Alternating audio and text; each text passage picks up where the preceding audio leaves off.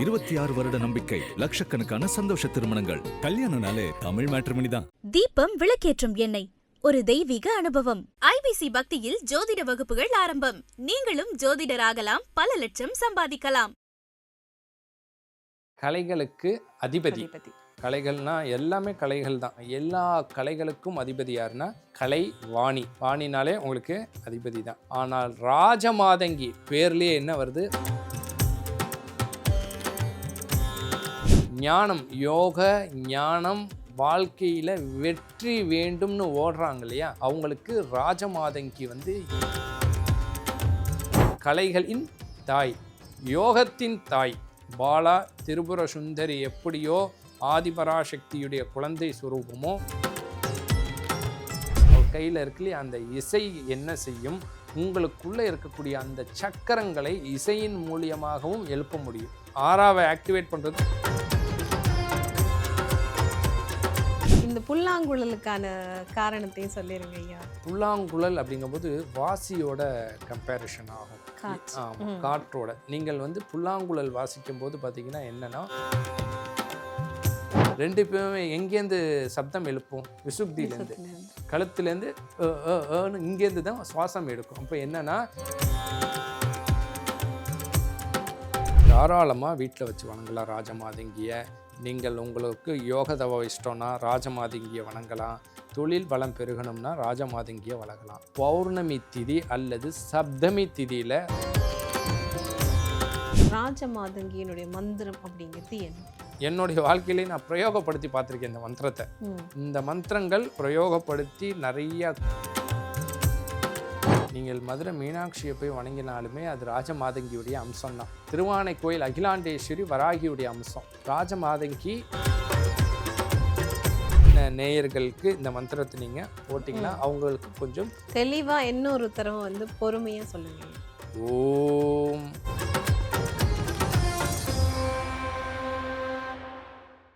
IBC பக்தி நேயர்களுக்கு இனிமையான இந்நேரத்து வணக்கங்கள். இன்று நம்மோடு திரு அறம்மிகு அடிகளார் அவர்கள் இணைஞ்சிருக்காங்க. அவர்கிட்ட நிறைய விஷயங்கள், வாழ்க்கைக்கு தேவையான வழிகாட்டுதல்களை கேட்டு தெரிஞ்சுக்கலாம். ஐயா வணக்கம். வணக்கம். நம்ம தசமகா வித்யாக்கள்ல ராஜமாதங்கி, நிறைய பேர் சரஸ்வதியை பார்த்துருப்பாங்க. அதே மாதிரி ஒரு தோற்றத்துல தான் இந்த ராஜமாதங்கியும் இருப்பாங்க. ஆனா அந்த சரஸ்வதியோட தோற்றத்தை விட அவங்களுடைய அந்த ஸ்கின் கலர்லேருந்து எல்லாமே வேற மாதிரி இருக்கும். ஆனால் அதே வீணையோட தான் இருப்பாங்க. இந்த ராஜமாதங்கிக்கும் ஃபர்ஸ்ட் என்னுடைய தெளிவுக்காக கேட்குறேன், இந்த சரஸ்வதிக்கும் ராஜமாதங்கி தாய் அவர்களுக்கும் என்ன வித்தியாசம்? இந்த ராஜமாதங்கி பற்றி சொல்லுங்க ஐயா. சரஸ்வதி அப்படிங்கும்போது பார்த்தீங்கன்னா கலைவாணி, கலைகளுக்கு அதிபதி. கலைகள்னா எல்லாமே கலைகள் தான். என்னென்னா உங்களுக்கு நீங்கள் ஆர்ட்ஸாக இருந்தாலும் சரி, இல்லை ஏதாவது படிப்பு சம்மந்தப்பட்ட விஷயமா, எல்லா கலைகளுக்கும் அதிபதி யாருன்னா கலைவாணி. வாணினாலே உங்களுக்கு அதிபதி தான். அப்போ கலைவாணி. ஆனால் ராஜமாதங்கி பேர்லேயே என்ன வருது? மாதங்கின்னு வரல, ராஜமாதங்கின்னு வருது. குபேர சம்பத்துகளை அள்ளி கொடுப்பவள் ராஜமாதங்கி. ஞானம், யோக ஞானம், வாழ்க்கையில் வெற்றி வேண்டும்னு ஓடுறாங்க இல்லையா, அவங்களுக்கு ராஜமாதங்கி எல்லாவற்றையும் அள்ளி கொடுக்கக்கூடியவள். வராகி இருக்கா, வராகி என்ன செய்வா? சத்ருக்களை துவம்சம் பண்ணுவா. ஏவல், பில்லி, சூன்யம் இதெல்லாம் துவம்சம் பண்ணக்கூடியவ யாரு? வராகி. கலைவாணி சரஸ்வதி ஞானத்தை, கல்விகளை கொடுப்பவள். ஆனால் ராஜமாதங்கி முப்பெரும் சக்திகளின் கலவை. அதுதான் ராஜமாதங்கியோட ரொம்ப விசேஷமான ஒரு விஷயம். நீங்கள் லக்ஷ்மி கடாட்சம் வேணும், ஞானம் வேணும், வாழ்க்கையில் அடுத்த படிநிலைக்கு போகணும், அதாவது யோகத்தையாக இருக்கட்டும், வாழ்க்கையில் பொருள் சார்ந்த விஷயங்களாக இருக்கட்டும், ரெண்டுத்தையுமே அள்ளி கொடுக்கக்கூடியவள் யாருன்னா மாதங்கி. ராஜ மாதங்கின்னு சொல்லுவாங்க. தாய் அவள். என்ன? கலைகளின் தாய், யோகத்தின் தாய். பாலா திரிபுர சுந்தரி எப்படியோ ஆதிபராசக்தியுடைய குழந்தை சுரூபமோ, ஞானத்திற்குண்டான கலைகளுக்குண்டான சுரூபி இந்த ராஜமாதங்கி. கண்டிப்பாங்க ஐயா. ராஜமாதங்கி கையிலே பார்த்தீங்கன்னா ஒரு வீணை இருக்கும், அதே போல் ஒரு கிளி இருக்கும். இதுக்கான காரணம் என்ன? ராஜமாதங்கின்னு மட்டும் எடுக்கிறீங்க, கிருஷ்ணர் கையில் எதுக்கு புல்லாங்குழல் இருக்கு? தெரியாது. மீனாட்சி கழுத்துல சைடில் கிளி இருக்கு. அதுக்கு விளக்கம் தெரியுமா? கிளி அப்படிங்கும்போது பார்த்தீங்கன்னா அதோடைய அம்சமே உங்களை மேன்மைக்கு கொண்டு போகக்கூடியது, வசந்தத்தை கொடுக்கக்கூடியது. கிளியுடைய நிறம் என்ன? பச்சை. பச்சை. பச்சையுடைய தன்மை என்ன? வளத்தை வளம். கொடுக்கக்கூடியது. ம். அப்போ ராஜமாதங்கி வளத்தை கொடுக்கக்கூடியவள். இசை, அது அந்த அவ கையில் இருக்குல்லையே, அந்த இசை என்ன செய்யும்? உங்களுக்குள்ளே இருக்கக்கூடிய அந்த சக்கரங்களை இசையின் மூலியமாகவும் எழுப்ப முடியும். ஆறாவை ஆக்டிவேட் பண்ணுறது இசை தான். அது நிறைய பேத்துக்கு தெரியாது. லைட் அண்ட் சவுண்டுன்னு நம்ம சொல்லியிருப்போம். ம். எல்லா கடவுள்களையும் எப்படி நம்ம வர்ணிக்கிறோம்? பாடல்களாக, பாட்டின் மூலியமாக, ஒலிகளாக வர்ணிக்கிறோம். அப்போ நான் ஆரம்பத்தில் சொன்னேன்ல, ஞானத்தின் சொரூபங்கிறது கையில் இருக்கக்கூடிய அந்த இசைக்கருவி, வளத்தின் கடவுளுங்கிறது கழுத்தில் இருக்கக்கூடிய அந்த கிளி. அதான் சொன்னேன், முப்பெரும் சக்தி அவள். கண்டிப்பா. இந்த புல்லாங்குழலுக்கான காரணத்தையும் சொல்லிருங்க ஐயா. புல்லாங்குழல் அப்படிங்கும்போது வாசியோட கம்பேரிஷன் ஆகும். காற்று. ஆமாம், காற்றோட. நீங்கள் புல்லாங்குழல் வாசிக்கும் போது பார்த்தீங்கன்னா என்னென்னா, ஒவ்வொரு துவாரங்களையும் அடைச்சி க்ளோஸ் பண்ணி ஓப்பன் பண்ணுவீங்க. அப்போ இசை வரும். அப்போ உங்களுடைய இசை எங்கேருந்து கொண்டு வருவீங்க? விசுக்தியிலேருந்து மேல் நோக்கி கொண்டு வருவீங்க. அவர் என்ன சொல்கிறாரு? அந்த புல்லாங்குழல் போல் உனக்குள் இருக்கும் அந்த இசையை மேல் நோக்கி எழுப்ப, அந்த சப்தத்தை, அது ஞானத்தோட ஒரு பயிற்சியோட தான் நம்ம இதை புல்லாங்குழல். நாதஸ்வரத்தையும் அப்ப அப்படி எடுத்துக்கலாம். கண்டிப்பாக. அதனால தான் இசையால் இறைவனை நம்ம முன்னோர்கள் வர்ணிச்சாங்க. அதை எழுப்பும்போது உங்களுக்கு நாதஸ்வரங்கும் போது மணிப்பூரகத்திலேருந்து சுவாசத்தை எடுப்பீங்க. இன்னும் சொல்ல போனோம்னா, ஏன் முருகன்கிட்ட மயிலும் சேவலும் இருக்கு? ரெண்டு பேருமே எங்கேருந்து சப்தம் எழுப்போம்? விசுக்தியிலேருந்து, கழுத்துலேருந்து இங்கேருந்து தான் சுவாசம் எடுக்கும். அப்போ என்னன்னா, எல்லாம் ஞானம் சார்ந்ததை சூட்சமமாக வச்சாங்க. புல்லாங்குழல் எப்படி அந்த சப்தத்தை ஒவ்வொரு இடத்துலேருந்து ஒவ்வொரு சக்கராவையும் ஆக்டிவேட் பண்ணும். அந்த 7 துவாரங்களை அடைத்து நீங்கள் ஓப்பன் பண்ணும்போது ஒவ்வொரு சக்கராவும் ஆக்டிவேட் ஆகி உங்களுக்கு ஞானத்தை போட்டும் ஞானத்தை கொடுத்தோம். அதான் யுனிவர்சல் குரு. அவர் யார்? கிருஷ்ண பரமாத்மா. அவர் பகவத்கீதையில் சொல்லாத விஷயங்களா? அப்பேற்பட்ட ஒரு, எனக்கு தெரிஞ்ச உலகத்தின் குரு யாருன்னா அவர் கிருஷ்ணரை தான் சொல்லுவேன். அதுபோல் மயிலும் சேவலும் என்ன செய்யும்? சப்தத்தை விசுக்தியிலேருந்து அக்ஞாக்கு சுவாசத்தை கொண்டு போகும். அதை மறைமுகமாக அவர் வச்சார்.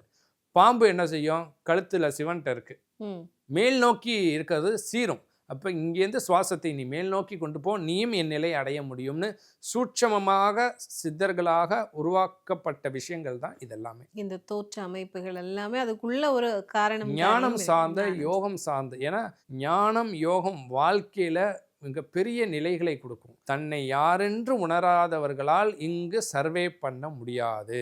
கடவுளை யாரென்று தன்னுள் உணராதவர்களால் இறைவனை அடைய முடியாது. பிறப்பு இறப்புங்கக்கூடிய ஒரு மாயை சுழற்சியில் நம்ம மாட்டி முழிச்சுக்கிட்டே தான் இருக்கணும். இப்போ ராஜமாதங்கியினுடைய வழிபாடு, இப்போ ஒவ்வொரு வழிபாட்டுக்கும் ஒவ்வொரு முறை இருக்குது. நம்ம தசமகா வித்யாக்களே காளியினுடைய வழிபாட்டிலேருந்து பார்க்கும்போது ஒரு முறை இருக்குது. ராஜமாதங்கியை ஒரு குருவினுடைய வழிகாட்டுதல் இல்லாமல் நாம் வணங்கலாமா? வணங்குறதுக்கு வாய்ப்பு இருக்கா? நம்ம வீட்டில் வச்சு மாதங்கியை வணங்கணும்னா எப்படி வணங்குறது? தாராளமாக வீட்டில் வச்சு வணங்கலாம் ராஜமாதங்கியை. நீங்கள் உங்களுக்கு யோக தவ இஷ்டம்னா ராஜமாதங்கியை வணங்கலாம். தொழில் பலம் பெருகணும்னா ராஜமாதங்கியை வணங்கலாம். பௌர்ணமி திதி அல்லது சப்தமி திதியில் ராஜமாதங்கியை வணங்குவது ரொம்ப விசேஷம்.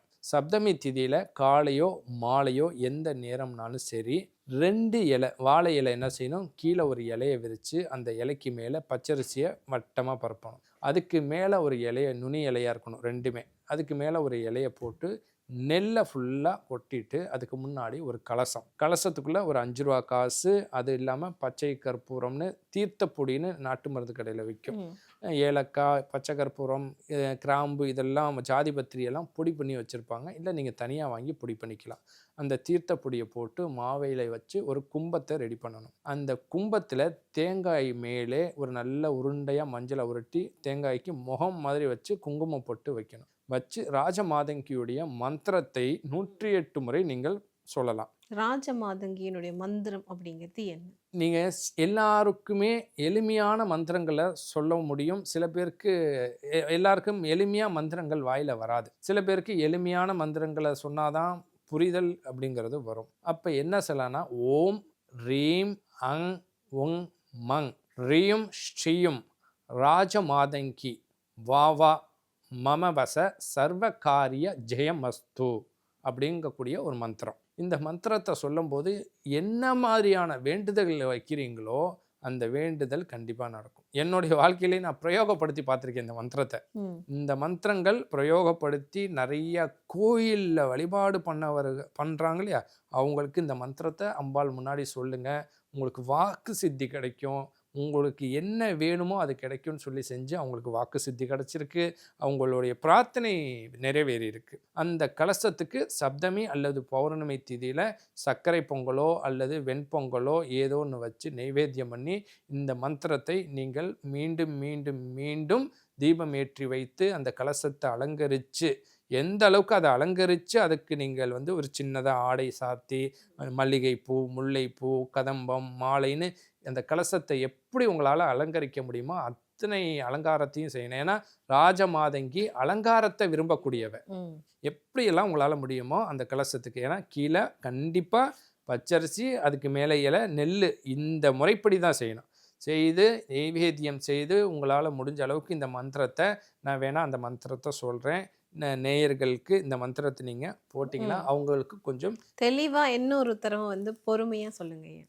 ஓம் ரீம் அங் ஒங் மங் ரியும் ஸ்ரீயும் ராஜ மாதங்கி வாவா தாயே மம காரிய சங்கல்ப அப்படின்னு சொல்லி வேண்டிக்குவாங்க. அதாவது என்னுடைய காரியம், மம காரியம்னா என்ன வேணுமே, சங்கல்பம் எனக்கு நிறைவேற்றி கொடுக்கணும் அப்படின்னு சொல்லி வேண்டிக்கிட்டிங்கன்னா நல்லா வேலை செய்யாது. கண்டிப்பாங்க ஐயா. இப்போ ராஜமாதங்கி அம்மா வணங்கணும் அப்படின்னு சொல்லும்போது அவங்களுக்காக பிரத்யேகமாக ஏதாவது முத்ரா பயிற்சி, இந்த முத்திரையிலிருந்து நாங்கள் அவங்கள வேண்டிக்கணும் அப்படின்ற மாதிரி ஏதாவது முத்திரைகள் இருக்கா? கண்டிப்பாக. அதாவது இந்த கும்ப முத்திரைன்னு சொல்லுவாங்க. இந்த விரல்களையுமே இப்படி ஒன்றாக வைத்து நீங்கள் பிரார்த்தனை பண்ணும்போது அது கொஞ்சம் வேகமாக உங்களுக்கு வேலை செய்யும். இப்போ இந்த வழிபாட்டு முறைகள், இந்த விஷயங்களெல்லாம் இருந்தாலும் கண்டிப்பாக ராஜமாதங்கி தாயினுடைய அந்த திருச்சொரூப தரிசனம் அப்படிங்கிறது எல்லோருக்கும் ரொம்பவே ஆசையாக இருக்கும். அப்படி தமிழ்நாட்டிலேயோ அல்லது சென்னையிலேயோ ராஜமாதங்கிக்கான சிறந்த கோவில் அப்படிங்கிறது எங்கே இருக்குது? நீங்கள் மதுரை மீனாட்சியை போய் வணங்கினாலுமே அது ராஜமாதங்கியுடைய அம்சம்தான். திருவானைக்கோயில் அகிலாண்டேஸ்வரி வராகியுடைய அம்சம். ராஜமாதங்கி மதுரையில் இருக்கக்கூடிய மீனாட்சியுடைய அம்சம். நீங்கள் அந்த இடத்துக்கு போனீங்கன்னா ரொம்ப விசேஷமாக இருக்கும் உங்களுக்கு. கண்டிப்பாக. இப்போ ராஜமாதங்கிட்ட இந்தந்த விஷயங்கள் எல்லாம் நம்ம வேண்டி கேட்டோம் அப்படின்னு சொன்னால் இவங்க கிட்ட இப்போ ஒவ்வொருத்தர்கிட்டே இப்போ நம்ம வாராகி அம்மானா சத்ரு சம்ஹாரம், அங்கே எதிரியெல்லாம் துவம்சம் பண்ணிட்டு போயிடுவாங்க. அப்படின்னும் போது இந்த ராஜமாதங்கி தாயிடம் நாம் கேட்க வேண்டிய வேண்டுதல்கள், வைக்க வேண்டிய வேண்டுதல்கள்னா என்ன, எது நமக்கு கிடைச்சிரும்? ஞானம், பொருள், செல்வம் மூன்றையுமே அம்பாள் கொடுப்பா. அதான் சொன்னேன், முப்பெரும் தேவிகளின் மாபெரும் சக்தி ராஜமாதங்கி. மற்றவங்களுக்கெல்லாம் அந்த பேர் வரல. ஸ்ரீசக்கரத்தில் நான் எல்லா தேவதைகளும் அடக்கம். இந்த ராஜமாதங்கிங்கிறது ராஜராஜேஸ்வரியுடைய சொரூபம், மீனாட்சியுடைய சொரூபம், காமாட்சியுடைய சொரூபம், குபேர சம்பத்துடைய சொரூபம். அவளுடைய நிறம் என்ன? ஒரு நீலம், பச்சை நிறம், பச்சை நிறம். அப்போ குபேரனுடைய வழிபாடு பண்ணுறவங்க எதை பயன்படுத்துகிறாங்க? பச்சை நிறம். அப்போ குபேர சம்பத்துகளை கொடுக்கக்கூடியவள். நீங்கள் அவளை வச்சு எந்த காரியமும் தொடங்குங்க, கண்டிப்பாக வெற்றி ஆகும். கண்டிப்பாக. அதாவது ராஜமாதங்கியினுடைய வழிபாட்டு முறை, ராஜமாதங்கியினுடைய ஒரு அந்த தெய்வத்தினுடைய தன்மை இப்படின்னு சொல்லி நிறைய விஷயங்களை எங்களுடைய நேயர்களுக்கு சொல்லியிருக்கீங்க. இந்த மாதிரியான சக்திகளை வழிபடுறது அப்படிங்கிறது மிகப்பெரிய கொடுப்பனை அப்படின்னு சொல்லுவாங்க. நாங்கள் நிறைய தெய்வங்களை வழிபட்டாலும் ஒரு பெண்ணாக இருந்து சக்தியை வழிபடும் போது அது இன்னும் ரெட்டிப்பு சக்தியை கொடுக்கும் அப்படின்னு சொல்லுவாங்க ஐயா. நிச்சயமா இந்த தருணத்துக்கும் உங்களுக்கும் இந்த நேர்காணலுக்கும் இதையெல்லாம் பேச வேண்டும் என்று சொல்லி எங்களுக்கு வழிகாட்டிய ராஜமாதங்கிக்கு ரொம்பவே நன்றி. நன்றி. என்னப்ப நல்லவா என் தாயும் அல்லவா, என்னப்ப நல்லவா என் தாயும் அல்லவா, பொன்னப்ப நல்லவா பொண்ணு பலத்தவா, பொன்னப்ப நல்லவா பொண்ணு பலத்தவா, சொப்பனமோ எந்தன் அப்பன் திருவருள், சொப்பனமோ எந்தன் அப்பன் திருவருள், கற்பிதமோ என்ன அற்புதம் இதுவே. 26 வருட நம்பிக்கை, லட்சக்கணக்கான சந்தோஷ திருமணங்கள். கல்யாணம்னாலே தமிழ் மேட்ரிமோனி தான். தீபம் விளக்கேற்றும் எண்ணெய், ஒரு தெய்வீக அனுபவம். ஐபிசி பக்தியில் ஜோதிட வகுப்புகள் ஆரம்பம். நீங்களும் ஜோதிடராகலாம், பல லட்சம் சம்பாதிக்கலாம்.